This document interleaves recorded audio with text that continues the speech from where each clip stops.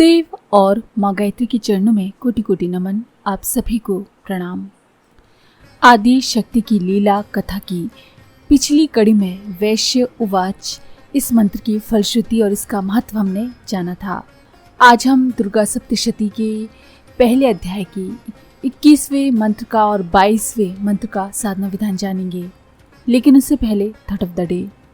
कविंद्र रविंद्रनाथ टैगोर ने कहा था, भारतवर्ष को जगाने वाला जो मंत्र है वो इतना सरल है कि एक ही श्वास में उसका उच्चारण किया जा सकता है और वो है गायत्री मंत्र। 21वां मंत्र है समाधिर नाम वैश्य अहम उत्पन्नो धनी नाम कुले। इसका अर्थ है, राजन, मैं धनियों के कुल में उत्पन्न हुआ एक वैश्य हूँ। इस प्रसंग में समाधि वैश्य महाराज सूरत से कहते हैं कि नाम तो मेरा समाधि है, परंतु मेरी कर्म, मेरी वाणी, मेरी जाति वणिक है और मेरा जन्म धनिक कुल में हुआ है। इस परिचय में बड़ी विचित्र विसंगतियां हैं। नाम समाधि और कर्म जाति वणिक बड़ा परस्पर विरोधी सत्य है। समाधि शुद्ध सत्व का, प्रज्ञा की पवित्रता का प्रतीक है, जबकि वणिक कर्म घोर सांसारिक है। इसमें तमस और रजस की छाया है। सत्व का तो लगभग अभाव ही है। वणिक का अर्थ होता है व्यवसाय करने वाला। व्यवसाय करने वाला व्यक्ति सांसारिक भावों से, कर्मों से हमेशा घिरा हुआ रहता है। आध्यात्मिकता का तो उसमें थोड़ा सा भी अंश नहीं रहता। इसी कड़ी में एक सच और भी है कि समाधि वैश्य धनिकों के कुल में उत्पन्न हुए हैं। श्रीमद् भगवद गीता में कहा गया है कि पुण्य कर्म करने वाले धनिक घर में जन्म लेते हैं। एक अन्य स्थान पर भी कहा गया है, योग साधना करते हुए भटक जाने वाले भी पवित्र धनिक घरों में जन्म लेते हैं। यानी शुभ कर्मों की राशि धनिक घर में जन्म लेने का कारण बनती है।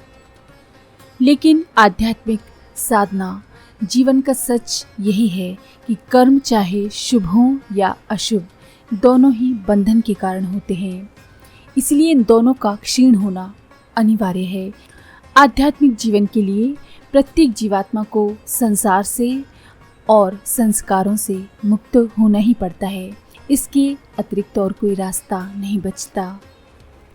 आइए अब जानते हैं 21वें मंत्र का साधना विधान। ये है मंत्र का विनियोग। उसके बाद न्यास करें। न्यास के बाद ध्यान करें। मंत्र है ओम ऐं ह्रौं नमः समाधिर नाम वैश्य अहम उत्पन्नो धनि नाम कुले नमो ह्रौं ऐं ओम। साधना का विधान है कि 10 माला गायत्री मंत्र की करें, 1 माला इस सप्तशती मंत्र की करें। इस तरह से 10 दिन का विधान है और उसके बाद हवन करें। हवन के लिए आप घृत तिल से होम करें। आध्यात्मिक फलश्रुति है, बुद्धि का परिमार्जन होता है और सांसारिक रूप से आपकी बुद्धि का विकास इस मंत्र को करने से हो जाता है। आइए अब हम 22वें मंत्र का साधना विधान जानेंगे। पारिवारिक कलह को, घर में हो रहे रोज रोज के लड़ाई झगड़े को खत्म करने के लिए आप इस साधना को अवश्य करें। कभी कभी हमारी जिंदगी बहुत ही कठिन परिस्थितियों के चक्रव्यूह में फंस जाती है। पीड़ा व परेशानी के नए नए दौर शुरू हो जाते हैं। संघर्षों के चक्रवात जीवन को झकझोरते हैं। अपनों का अपनापन परायेपन में अचानक बदल जाता है। हम कितने ही पुरुषार्थ कर लें, प्रयास कर लें, लेकिन सारे विफल हो जाते हैं। ऐसे में पूर्व जन्म के किसी शुभ कर्म अथवा शुभ संस्कार के कारण अचानक अंतःकरण में भवनाशिनी भवानी को पुकारने की उत्कंठा उठती है। भले ही हम अपने पीड़ा को दूर करने के लिए माँ को पुकारते हैं, परंतु इस पुकार के साथ भगवती की ऐसी कृपा हम पर बरस जाती है कि सद विवेक हमारा स्वतः ही जाग जाता है।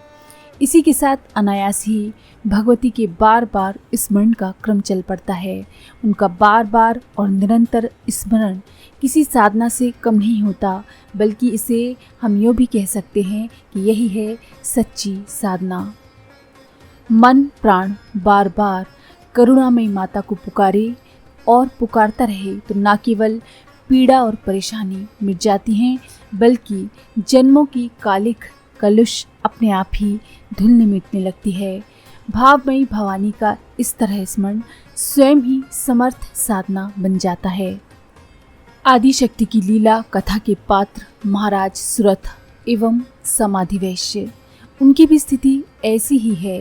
वे भी तरह तरह की विषमताओं में घिरे हैं। अपनों ने उन्हें पराया कर दिया है, पर मोह अभी तक उनका छूटा नहीं। बार बार स्नेह के धागे उन्हें खींचते हैं, लेकिन फिर भी उनका सद्विवेक जागृत नहीं हुआ। उन्हें बार बार केवल घर परिवार और अतीत की यादों का स्मरण आता रहता है। वे परेशान रहते हैं और समझ नहीं पा रहे कि इस स्थिति से कैसे उबरें। 22वां मंत्र यही व्यथा कहता है।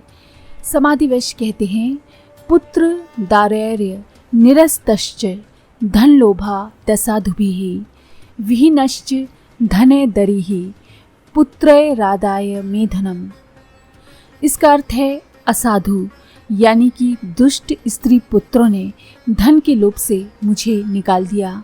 इस समय मैं संपत्ति, स्त्री व पुत्र से विहीन हूँ। इस श्लोक मंत्र में समाधि वैश्य राजा सुरथ से अपनी आप बीती सुना रहे हैं। उन्हें वे बताते हैं कि किस तरह से उनकी स्त्री व पुत्रों ने उनसे सारी धन संपदा छीन ली और घर से बाहर निकाल दिया। वैसे कहें तो ये घटना बड़ी सामान्य है। ऐसी घटनाएं आए दिन आस पड़ोस में होती रहती हैं, किसी भी गांव शहर में घटती रहती हैं। इनके बारे में लोग सुनते हैं, मुस्कुराते हैं, चटखारे लेकर बात करते हैं, फिर अपने रोजमर्रा के काम में लग जाते हैं। लेकिन यदि समाधि वैश्य के प्रतीक अर्थ को गहनता से हम देखें, उस पर विचार करें, तो इसमें बड़े ही गूढ़ार्थ नजर आएंगे। समाधि वैश्य हम सभी की बुद्धि के प्रतीक हैं। हमारी बुद्धि के दो पहलू हैं, उसकी दो गतियां हैं। उसकी एक गति आत्मा की ओर है। आत्मा की ओर गति होने पर हमारी बुद्धि मोह आदि विकारों से दूर हो जाती है और समाधि की स्थिति में पहुंचती है। इसके विपरीत यदि हमारी बुद्धि सांसारिक लाभ हानि के गणित में लगी हुई हो, तो केवल वह वैश्य की वृत्ति उसके अंदर पनप जाती है, जो संसार व सांसारिकता की दलदल में लगातार धंसती जाती है, जिसे उबारना असंभव है। बुद्धि की ये दोनों भाव दशाएं इसी सत्य पर निर्भर करती हैं कि उसकी गति किस ओर है। आइए अब जानते हैं 22वें मंत्र का साधना विधान। यह है उस मंत्र का विनियोग करने के समय 1 चम्मच विनियोग का मंत्र पढ़कर जल को जमीन पर छोड़ दें। उसके बाद न्यास करें। न्यास के मंत्र बोलते जाएं और जो जो अंग इसमें दिए हुए हैं आगे, उनका स्पर्श करते जाएं। उसके बाद सामने दिए हुए मंत्र से माँ का ध्यान करें और उसके बाद मंत्र करें। मंत्र है ओम ऐं युं नमः पुत्र दारैर्य निरस्तश्च धन लोभा दसाधुभिः विहीनश्च धने दरिः पुत्रे रादाय मेधनम नमो युं ऐं ओम। मंत्र का विधान वही है।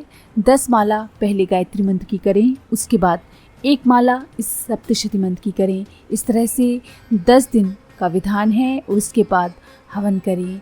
हवन आप घी से, तिल से कर सकते हैं।